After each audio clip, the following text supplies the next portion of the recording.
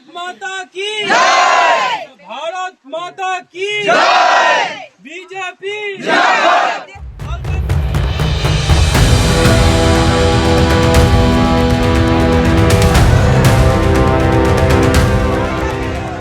2026-এর বিধানসভা নির্বাচনের দামামা বেজে গিয়েছে, আর সেই যুদ্ধেই যেন দিশেহারা শাসক দল তৃণমূল কংগ্রেস। রাজনৈতিক মহলে এখন একটাই গুঞ্জন, তৃণমূল কি সত্যি এক ডুবন্ত জাহাজ? কেন এমন কথা বলা হচ্ছে?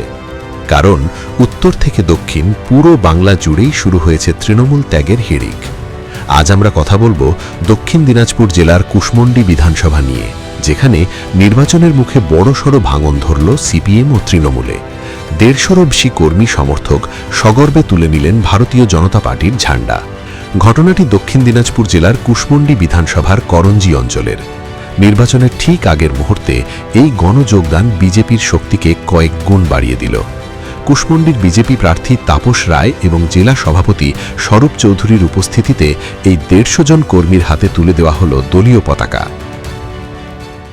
দেখুন, আজকে আমরা মান্দাহার বুথে সাম্যবাদী ক্লাবের তাদের নিজস্ব এলাকায় আমরা এসেছি। আর আমার সঙ্গে আছেন ভারতীয় জনতা পার্টির কুশমন্ডি বিধানসভার প্রার্থী তাপস চন্দ্র রায়। আমার ভারতীয় জনতা পার্টির বিভিন্ন দায়িত্বপূর্ণ ব্যক্তিরা উপস্থিত আছেন। আমাদের মহিলা মোর্চার সাধারণ সম্পাদিকা আমাদের রিমাদি সহ আমাদের জেলার সম্পাদক রঞ্জিত রায় মহাশয় সহ মণ্ডল সভাপতি রাজেশ দাস সহ উপস্থিত আছে। এই সাম্যবাদী ক্লাবের 70 জনের অধিক সদস্য আছে। তারা তৃণমূল সিপিএম সমর্থিত ছিল। তারা সমস্তটাই আজকে ভারতীয় জনতা পার্টিতে যুক্ত হলেন এবং এই মান্দাহার বুথে আরও এক্সট্রা 14টা পরিবার থেকে একাধিক ব্যক্তি, অর্থাৎ সর্বমোট প্রায় 150 জনের অধিক আজকে আপনাদের সামনে তারা উপস্থিত আছেন। তারা ভারতীয় জনতা পার্টিতে যোগদান করলেন। কেন এই দলত্যাগ? যারা আজ বিজেপি পরিবারে সামিল হলেন তাদের গলায় ঝরে পড়ল চরম ক্ষোভ। তাদের সাফ কথা, তৃণমূল আজ একটি দিশেহারা দল। সাধারণ মানুষের উন্নয়ন নয়, বরং অভ্যন্তরীণ কোন্দল আর দুর্নীতিতেই মজে আছে শাসক শিবির। শুধু তাই নয়, নতুন করে যোগদানকারী কর্মীরা এক চাঞ্চল্যকর দাবিও করেছেন। তারা জানিয়েছেন, এটি তো কেবল শুরু। করঞ্জি অঞ্চলের আরও কয়েকশো তৃণমূল ও সিপিএম কর্মী এখন বিজেপিতে আসার অপেক্ষায় দিন গুনছেন।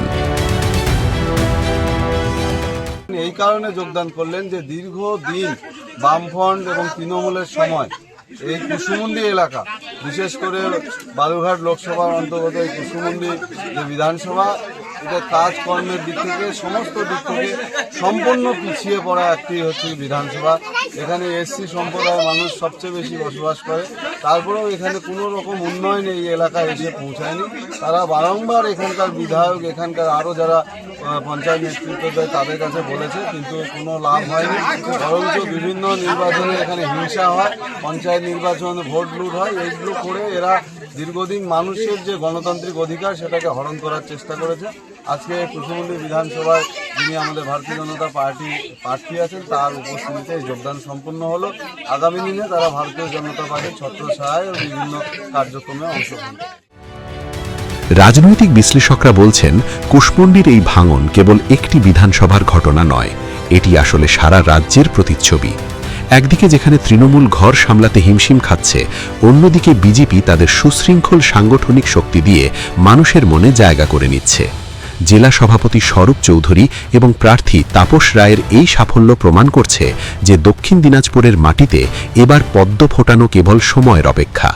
কুশমন্ডি বিধানসভায় বিজেপির এই শক্তি বৃদ্ধি তৃণমূলের জন্য যে বড়সড় বিপদ ঘণ্টা তার বলার অপেক্ষা রাখে না। প্রায় 150 জনের মতো ভোট থেকে আমরা যোগদান করছি। প্রায় 150 জনের মতো ভোট থেকে আমরা যোগদান করছি। আপনার কি মনে হয়, তৃণমূলের কর্মীরা কেন এভাবে দল ছাড়ছেন? দিকে দিকে তৃণমূল ছাড়ার এই হিড়িক কি আগামী নির্বাচনের ফলাফলে বড় প্রভাব ফেলবে? আপনার মূল্যবান মতামত আমাদের কমেন্ট বক্সে অবশ্যই জানান। ভিডিওটি ভালো লাগলে লাইক করুন এবং প্রতিটি সচেতন নাগরিকের কাছে এটি শেয়ার করে পৌঁছে দিন। এই ধরনের আরও ব্রেকিং আপডেট এবং রাজনৈতিক বিশ্লেষণের জন্য আমাদের চ্যানেলটি এখনই সাবস্ক্রাইব করে বেল আইকনটি প্রেস করে রাখুন। ব্যুরো রিপোর্ট, মাধ্যম।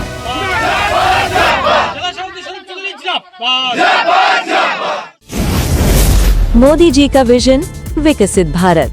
और उसी विजन को जमीन पर उतारने का मिशन मध्य प्रदेश में डॉक्टर मोहन यादव। प्रधानमंत्री नरेंद्र मोदी के नेतृत्व में देश बदला है, डिजिटल, निर्णायक और जनहितकारी। अब वही सोच मध्य प्रदेश में बन रही है सुशासन की पहचान। डॉक्टर मोहन यादव के नेतृत्व में मध्य प्रदेश सरकार का संकल्प स्पष्ट है, हर नागरिक की समस्या का त्वरित समाधान, कानून व्यवस्था सुदृढ़ और आम आदमी के लिए नियम सरल, सुविधाजनक और पारदर्शी। नामांतरण बंटवारा अब दफ्तरों के चक्कर नहीं। साइबर तहसील 2.0 मध्य प्रदेश देश का पहला राज्य। संपदा 2.0 से ई पंजीयन और ई स्टैंपिंग, अब रजिस्ट्री भी डिजिटल। कानून व्यवस्था में ऐतिहासिक फैसले, धार्मिक नगरों में शराब बिक्री पर प्रतिबंध, लाउडस्पीकर और खुले में मांस मछली बिक्री पर नियंत्रण, नक्सलियों से मुकाबला करने वाले 24 जांबाज पुलिसकर्मियों को आउट ऑफ टर्न प्रमोशन, वीर शहीदों के परिवार, पत्नी और माता पिता दोनों का सम्मान, दोनों का अधिकार।